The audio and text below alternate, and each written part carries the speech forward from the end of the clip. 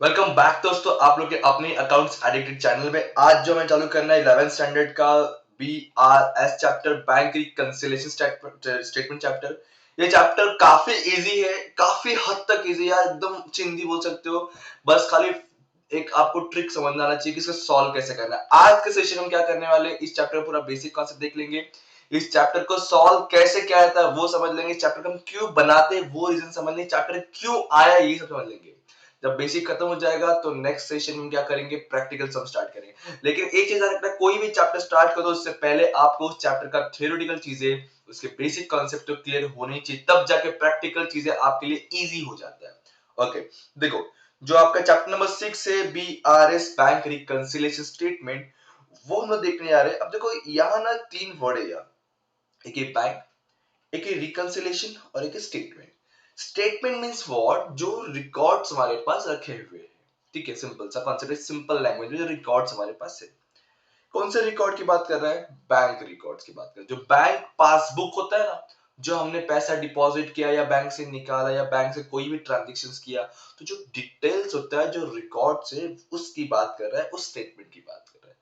और बीच में वर्ड दिया रिकंसिलिएशन, कुछ तो रेक्टिफाई कर रहे, कुछ तो करेक्शन कर रहे, कुछ तो चेंजेस कर रहे, रिकंसाइल कर रहे हैं हम लोग। तो उस लिए उस चीज को क्या बोलेंगे हम लोग, बैंक रिकंसिलिएशन स्टेटमेंट। जब रिकॉर्ड्स में कुछ कुछ तो गड़बड़ी हुई है, उसको हम रिकंसिल कर रहे हैं, उसको बोलते हैं बैंक रिकंसिलिएशन स्टेटमेंट। एक सिंपल लैंग्वेज में बताने के लिए बहुत ही टेक्निकल वर्ड्स, इसके लिए बहुत ही टेक्निकल चीजें, बट एक देखो समझने के लिए जितना तुम्हारा टारगेट है यार, उतना करवाने के लिए बता रहा हूँ मैं, सिंपल सा, वरना बताने के लिए बहुत कुछ है इसके अंदर। ओके, अब बात करता हूं मैं इसके मीनिंग के बारे में। तो जो मीनिंग है आपका, टेक्स्ट बुक में 3-4 मीनिंग है, इसमें मैंने एक मीनिंग उठा के लिखा है, आप टेक्स्ट बुक से देख सकते हो, पढ़ सकते हो। क्या लिखा है, a statement prepare to reconcile और adjust the difference between bank balance. क्या बोला इसने, a statement prepare to reconcile और adjust the difference between bank balance as show in the bank column. ये बोलना क्या चाह रहा है, जो बैंक बैलेंस है ना, show on the bank column of cash book. हमने कैश बुक बनाना सीखा है यार। कैश में काफी टाइप के कैश बुक थे, एक था सिंपल कॉलम कैश बुक, एक था बैंक कॉलम कैश बुक, एक था डबल कॉलम कैश बुक, एक था आपका पेडी कैश बुक, बरोबर।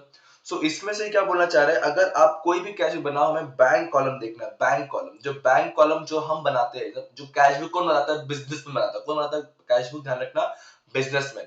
तो बिजनेसमैन जो कैश बना रहा है, उसके अंदर एक कैश कॉलम होगा और एक बैंक कॉलम होगा। कैश कॉलम मतलब क्या, जो हमें फिजिकली कैश मिल रहा है वो कैश कॉलम में रिकॉर्ड करते हैं, और जो बैंक से ट्रांजैक्शन, बैंक से डील हो रहा है, वो बैंक कॉलम में लिखते हैं। तो यहाँ पे कौन से कॉलम की बात कर रहा है, बैंक कॉलम की बात कर रहा है। तो ये बोलना क्या चाह रहा है कि जो बैंक का स्टेटमेंट है वो, और जो जो यहाँ लिखा है, bank column of cash book and passbook on a particular day is known as bank reconciliation statement. ये बोलना क्या चाह रहा है कि जो पासबुक प्रिंट होता है बैंक से, वो, और जो हमने बुक बनाया रहेगा अपने पास, वो, इन दोनों में डिफरेंस आता है। तो डिफरेंस के प्रॉब्लम्स को सॉल्व करने के लिए ही हम क्या बनाते हैं, बैंक रिकंसिलिएशन स्टेटमेंट बनाते हैं। देखो इसमें ना दो चीज होता है, एक होता है बिजनेस, एक होता है बैंक, मान के चलो। तो बिजनेस यहाँ पे, in the books of business जो है, एक बनता है कैश बुक, और बिजनेस के बुक में और बैंक के बुक में क्या बनेगा, पासबुक बनता है। बैंक क्या बनाता है, पासबुक बनाता है। क्या बनाता है, पासबुक।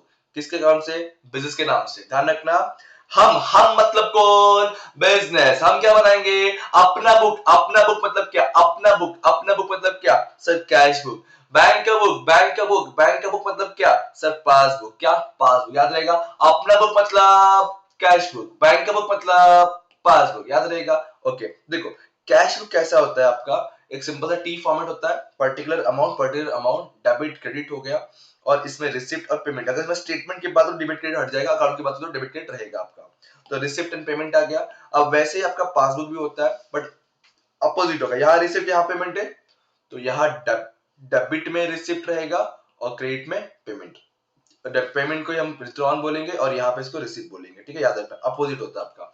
अच्छा, एक चीज ध्यान रखना, जब पूरा मैं पढ़ा के हो जाऊंगा, मैं वीडियो आपको पॉज करके दिखाऊंगा, सारे नोट्स आप लिख लेना, या फिर सारे नोट्स में ऐप में अवेलेबल करवा दिया हूँ ऑलरेडी। सो ऐप में जाइए, ऐप का लिंक डिस्क्रिप्शन मिल जाएगा। ऐप में जा करके आपको स्टडी मटेरियल में जाके चेक करना है, वहां पे पीडीएफ मिल जाएंगे। और इतना ही नहीं, अगर आपको यहाँ पे डिस्टर्बेंस मिल रहा है यार कि लेक्चर्स एड्स आ रहे हैं, या फिर डिस्टर्बेंस हो रहा है, डाउनलोड होने हो रहा है, तो आप ऐप पे जाकर के चैप्टर वाइज वहां सब कुछ मिल जाएगा आपको, अगर यहाँ ढूंढने में दिक्कतें हो रही है तो। ठीक है, ओके। तो आगे बढ़ते हैं हम लोग। तुम्हें क्या बता रहा था कि कैश बुक में दो साइड है, डेबिट साइड, क्रेडिट साइड, एक रिसिप्ट और एक पेमेंट। पैसा आया तो इधर लिखने का, पैसा गया तो इधर, क्या बोला, पैसा आया तो इधर लिखने का, पैसा गया तो इधर लिखने का। ओके, पासबुक में अपोजिट है क्योंकि बैंक की तरफ से बनता है आपका, तो पेमेंट मतलब विथड्रॉल्स माना जाएगा और रिसीट मतलब डिपॉजिट माना जाएगा। ध्यान रखना, ऑब्जेक्टिव कहीं बन गया तो बन गया। अच्छा, पूरा खेल यही दो बुक का है। अगर आपको दोनों बुक के बीच में रिलेशनशिप समझ गया, इन्हें कॉन्सेप्ट समझ गया, तो चैप्टर खत्म हो गया। इसके दो तरीके बताऊंगा, जब मैं प्रैक्टिकल सम कराऊंगा ना यार, इस चैप्टर को सॉल्व करने के दो तरीके बताऊंगा। एक लेजर फॉर्मेट से, इस तरह से प्लस माइनस वाला, और दूसरा ऐसा ऐसा डांस करेंगे लेक्चर में, डांस करेंगे एकदम मस्त एकदम। तो अगर अगर ये समझ गया तो भी चलेगा, ये समझ गया तो भी चलेगा। मैं दोनों मेथड बता दूंगा आपको, मैं जिसको जो कंफर्टेबल है वो चीज फॉलो कर सकता है। ठीक है, अच्छा, तो अब इसमें देखो, इसको समझाता हूं मैं पहले। तो इसमें जो है ना, अब रिसिप्ट हो रहा है मतलब पैसा आ रहा है, आ रहा है, तो पैसा बैलेंस बढ़ जाएगा।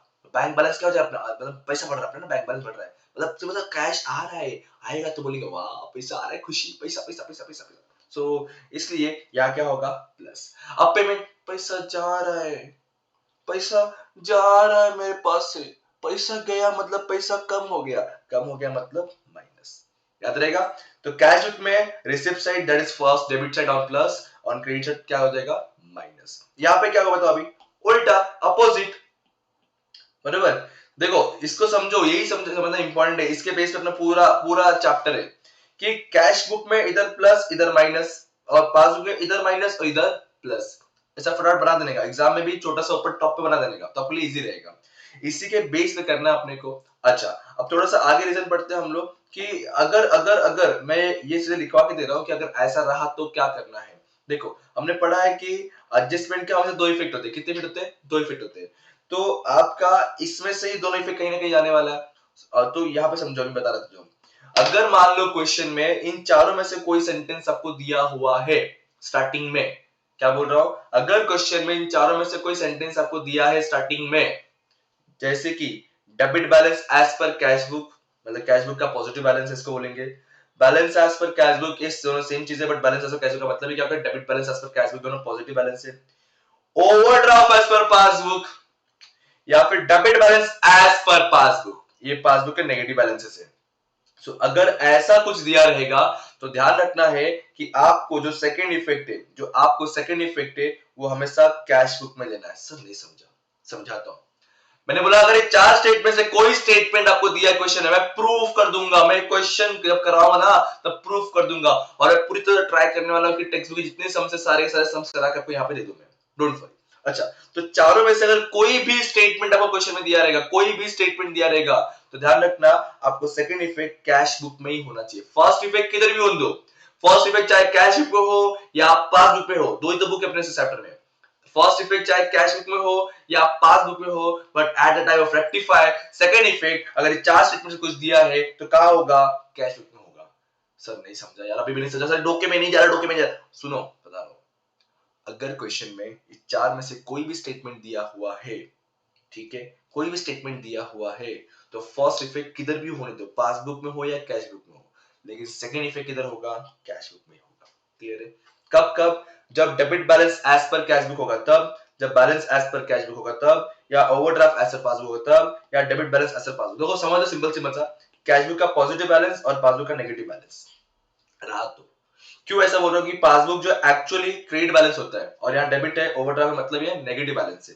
तो ध्यान रखना ये चार में से कुछ भी होगा तो सेकंड इफेक्ट किसमें होगा, कैश बुक में। अब वैसे ही मैं एक चीज और बात करूंगा, देखो यहाँ पे, यहाँ debit balance as per cash book था, यहाँ क्या क्रेडिट बैलेंस, या balance as per cash book, यहाँ बैलेंस एज पर पासबुक, या ओवरड्राफ्ट एज पर पासबुक, यहाँ पे overdraft as per cash book, या debit balance as per passbook और यहाँ पे क्रेडिट बैलेंस एज पर। अगर अगर अगर ऐसा कुछ स्टेटमेंट दिया रहा तो सेकंड इफेक्ट कहाँ होगा आपका, 100% पासबुक में होगा। समझता है क्या रे बाबा, भेजे भेजा, समझता है क्या बोल रहा हूँ, बोलो हाँ, बोलो हाँ, बोलो हाँ। ठीक है, तो देखो, तो ये फंडा आपको पहले सबसे, जब सम चालू होगा ना, सब समझ गए, तो सबसे पहला स्टेप हमें ये देखना होता है कि सर सेकेंड इफेक्ट किसमें होने वाला है, सेकेंड इफेक्ट किसमें होने वाला है, फिर अपन सम से आगे बढ़ेंगे। तो ध्यान रखना है इसमें कि अगर अगर debit balance as per cash, मतलब कैश बुक का पॉजिटिव बैलेंस है, कैश बुक का पॉजिटिव बैलेंस और पासबुक का नेगेटिव बैलेंस है, तो सेकंड इफेक्ट आपका कैश बुक में होगा। अगर कैश बुक का नेगेटिव बैलेंस और पासबुक का पॉजिटिव बैलेंस है तो सेकंड इफेक्ट पासबुक में होगा। तो इस तरह से थोड़ा सा आपको याद रखना पड़ेगा इसको। मैं कहा ना एक एक चीज को लिख के चलो, तो आपको जब सम कराओ तो आप रिफर कर सकते हो और इजीली समझ जाएगा आपको। अब थोड़ा सा और आगे बढ़ते हैं यार। पहला चीज क्या बोला है, causes of different between cash and pass. क्यों ये ऐसा क्यों है, ये ऐसा क्यों है, दोनों में डिफरेंस क्यों आता है भाई, दोनों में डिफरेंस क्यों आता है, तो वो समझना पड़ेगा। एक्चुअली रीजन क्या है कि डिफरेंस दोनों में आता है। देखो सबसे पहला reason due to time difference, मतलब जैसे कि मैंने आज चेक डिपॉजिट किया तो मैं सोचूंगा कि मेरा चेक डिपॉजिट हो गया मतलब मुझे पैसा मिल गया, सो मैं अपने पास रिकॉर्ड कर लूंगा मेरे पास पैसा आ गया, मिल गया। और मतलब मैं बोला ना फीस मिल गया मुझे, तो रिकॉर्ड कर रिसीव बना के तुमको दे दिया, मैंने रिसीव बना के दे दिया। अब मैंने चेक आज रिसीव किया है, मान लो कि चेक डिपॉजिट में कल करूंगा, फिर क्लियर 2-3 दिन में होगा ऑडिट, और उसके बीच में रेक्टिफाई करवा रहा हूं, तो डिफरेंस हो गया ना डेट की वजह से। सो इसलिए क्या बोला गया है कि date due to time difference हो सकता है। Second, due to error and omission. अरे हम तो इंसान हैं, हम तो इंसान हैं, गलतियां हो सकती है, तो वही बोला है कुछ गलती हो सकती है, या कुछ छूट गया, ओमिशन लिखना ही भूल गया हम लोग, ओमिट कर दिया गलती से। बैंक ने कर दिया, बैंक भी कर सकता है, हम भी कर सकते हैं, क्योंकि बैंक में भी तो कोई तो इंसान ही काम करता है और टेक्निकल एरर भी हो सकता है। सो इसलिए क्या बोला गया, पहला पहला पहला इशू क्या बताया कि क्यों दोनों डिफरेंस क्यों आ सकता है। पहली बात तो टाइम डिफरेंस की वजह से आ सकता है। सेकंड थिंग, हमसे मतलब बैंक से हमसे मतलब बिजनेसमैन से या बैंक से गलती हो सकती है, छूट सकता है कुछ तो। थर्ड रीजन एक और है, transaction that appear in passbook but not in cash book. लगभग लगभग इसी कैटेगरी कवर होता है। ये क्या बोल रहा है कि कुछ चीजें ऐसी हो सकती है जो बैंक बुक में है बट कैश बुक में नहीं है, बट कुछ चीजें ऐसी हो सकती है जो कैश बुक में है बट पासबुक में, दोनों में से किसी एक जगह पे गायब है, ऐसा ना। सो अब इसके एग्जांपल नहीं समझ सर, एग्जांपल समझ एक बार। देखो ड्यू टू टाइम डिफरेंस किस कब कब हो सकता है। मैंने कहा अभी चेक का एग्जांपल है, चेक डिपॉजिट किया है बट अभी तक चेक क्लियर नहीं हुआ, या चेक इशू किया है। इशू का मतलब क्या होता है, किसी को चेक देना, चेक दिया मतलब मैं सोचूंगा मेरे अकाउंट से पैसा क्या आ जाएगा, लेकिन अभी तक चेक क्लियर नहीं हुआ है, तो उसी के बीच में रेक्टिफाई करवा दिया, तो अब मैंने तो मेरे बुक में दिखेगा कि पैसा कम हो गया है, लेकिन एक्चुअली में तो पैसा कम हुआ ही नहीं है अभी तक उस डेट तक। सो इसलिए भी डिफरेंस आ सकते हैं। फिर नेक्स्ट थिंग क्या बोला है कि ड्यू टू एरर, एरर मतलब क्या हो सकता है, recorded on wrong side, debit की जगह क्रेडिट में रिकॉर्ड कर दिया हमने, ठीक है, डेबिट की जगह क्रेडिट में रिकॉर्ड कर दिया, 1,000 की जगह पे 100 रुपए रिकॉर्ड कर दिया, wrong amount, wrong balance and totalling balancing में रॉन्ग कर दिया, डबल रिकॉर्डिंग कर दिया, डबल टाइम मतलब ट्वाइस रिकॉर्ड कर दिया, ट्वाइस ट्वाइस बोल के आएगा, या कोई चीज भूल ही गए लिखना, सीधे हम लोग सीधे भूल गए, खत्म हो गया बात। सो इसलिए इसलिए इसके अलावा और भी देखना चाहते हो, देखो इधर भी देख लो, कोई बैंक में इंटरेस्ट मिला है, बैंक के जो हमने अकाउंट में पैसा जमा करके रखा है उस पे इंटरेस्ट मिला है, तो बैंक पासबुक पे एंट्री हो गया, लेकिन हमारे बुक में तो एंट्री हुआ ही नहीं रे बाबा, हमको तो कुछ पता ही नहीं है। हमको नहीं पता मतलब कौन से बुक को नहीं पता, कैश बुक को पता ही नहीं है, तो बैंक बुक का पैसा इंक्रीज हो गया क्योंकि उसको इंटरेस्ट मिल गया, लेकिन हमको तो पता ही नहीं है, हमको नहीं पता मतलब कैश बुक नीचे ही रह गया। सो वो गलती हो सकती है। या किसी कस्टमर ने बोला कि मैं इसको कैश नहीं देगा, मैं तो इसको अकाउंट में डायरेक्ट ट्रांसफर करेगा, और कस्टमर ने डायरेक्टली बैंक अकाउंट में ट्रांसफर कर दिया, और हमको तो पता ही नहीं है यार, बताया नहीं कस्टमर ने, हाँ कस्टमर ने बताया नहीं मान लो, तो बैंक में तो पैसा बढ़ गया, लेकिन मुझे पता ही नहीं, तो रिकॉर्ड ही नहीं किया अब तक अपनी बुक में, अपनी बुक मतलब कैश पे रिकॉर्ड ही नहीं किया। जब कैश पे रिकॉर्ड नहीं किया बट पासबुक का पैसा बढ़ गया, देखो डिफरेंस हो गया। सो ऐसे अलग अलग रीजन से यही सब आपका स्टेटमेंट्स क्वेश्चंस में आने वाले। सो स्टूडेंट ध्यान रखना, इस सब चीजों को आप लोग पढ़ के समझ के रखो, आगे जाकर हम लोग करेंगे। अब देखो एक्चुअली प्रैक्टिकली सम कैसा होगा वो बता रहा हूँ, फॉर्मेट बता रहा हूँ।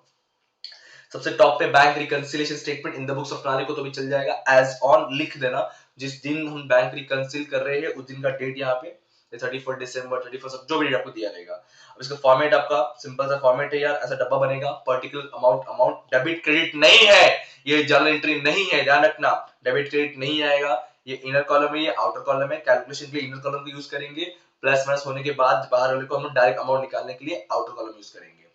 सबसे पहले जो भी आपका रहेगा bank balance as per cash book, bank balance जो कहा ना, या चार चार जो 8 स्टेप होता है, इस चार में से ये 8 में से जो भी स्टेटमेंट होगा सबसे पहले हम यहाँ ऊपर लिखेंगे उसको। कुछ चीजें होंगी जिसको हमें ऐड करनी पड़ेगी, कुछ चीजें होंगी जिसको हमें लेस करनी पड़ेगी, वो हम यहाँ पे ऐड और लेस वाले पार्ट रिकॉर्ड करेंगे। उसके बाद यहाँ पे जो स्टेटमेंट रहेगा वही स्टेटमेंट यहाँ पे रहेगा, खाली फर्क क्या हो जाएगा, अगर यहाँ कैश रहेगा तो यहाँ पास, यहाँ पास रहेगा तो यहाँ पे कैश, खाली ये फर्क होने वाला है आगे जाकर के।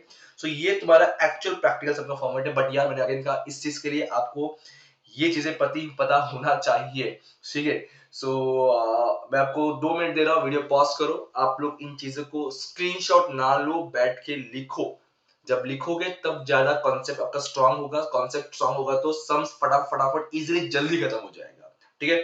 सो पूरा मीनिंग एंड जितना लिखा है ये तरीका एक भी आगे बताऊंगा मैं, नेक्स्ट जब सम करूंगा स्टार्ट ना तब मैं आपको ये तरीके से बताऊंगा और ये वाला तरीके से बताऊंगा। तो ये तरीका क्या है उसको देखते रहिए अकाउंट्स एडिट चैनल। और हाँ यार, एक गलती आप लोग कर देते हो, गलती नहीं कहूंगा बट एक फेवर नहीं करते हो, आप लोग अपने फ्रेंड का शेयर नहीं करते, ये गलत बात है। सो स्टूडेंट्स, इस वीडियो को लाइक करो या तो थोड़ा ही पसंद आया तो, और अपने फ्रेंड का शेयर जरूर करना कि देखो अकाउंट्स का सब कुछ अपने पास यहाँ मिल जाएगा। ठीक है, अब मिलते हैं न्यू वीडियो न्यू लेक्चर में, तब तक पढ़ते रहो, आगे बढ़ते रहो, पार्टनर सबको याद करते रहो। Thank you so much, bye bye, जय हिंद दोस्तों।